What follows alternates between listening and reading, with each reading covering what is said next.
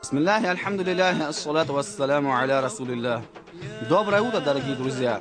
Когда завершается благословенный месяц Рамадан, а вместе с ним и благословенный пост, наступает один из крупных праздников ислама, называющийся Айд-аль-Фитр, или же праздник разговения.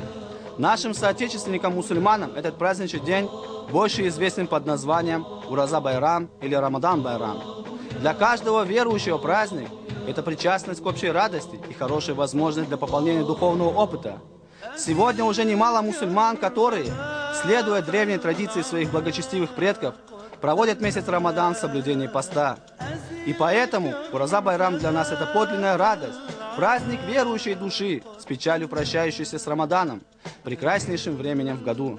И в этот день, оглядываясь назад, мы задумываемся о духовных приобретениях этого времени, как провели мы дни лучшего из всех месяцев года, не растратили ли их на ссоры, неблаговидные поступки, скверные помыслы, или же, помня об особой почетности этого месяца, когда, как передали теологи ислама, за каждое совершенное верующим благодеяние Всевышний Аллах одарит его высоким вознаграждением, стремились к благочестию и в мыслях, и в деяниях.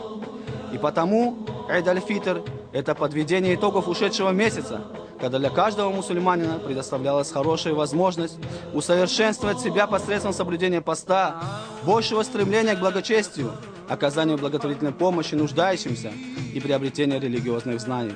Согласно шариату, поститься в день этого благословенного праздника нельзя, и поэтому верующие, исполненные радостного настроения, разделяют со своими родными и близкими удовольствие праздничной трапезы.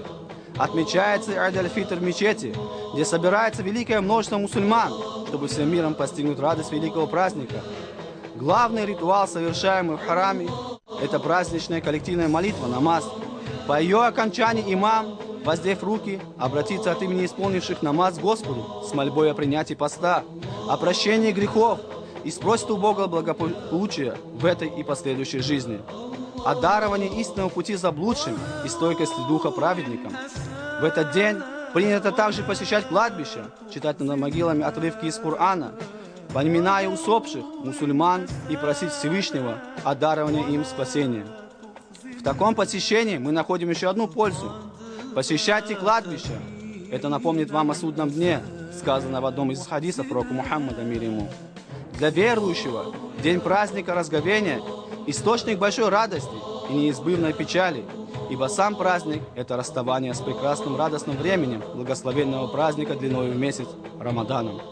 Одновременно мусульманин хранит в душе надежду, что сумеет сберечь благородное настроение праздничного служения Всевышнему в течение последующего года, до нового наступления благословенного времени поста.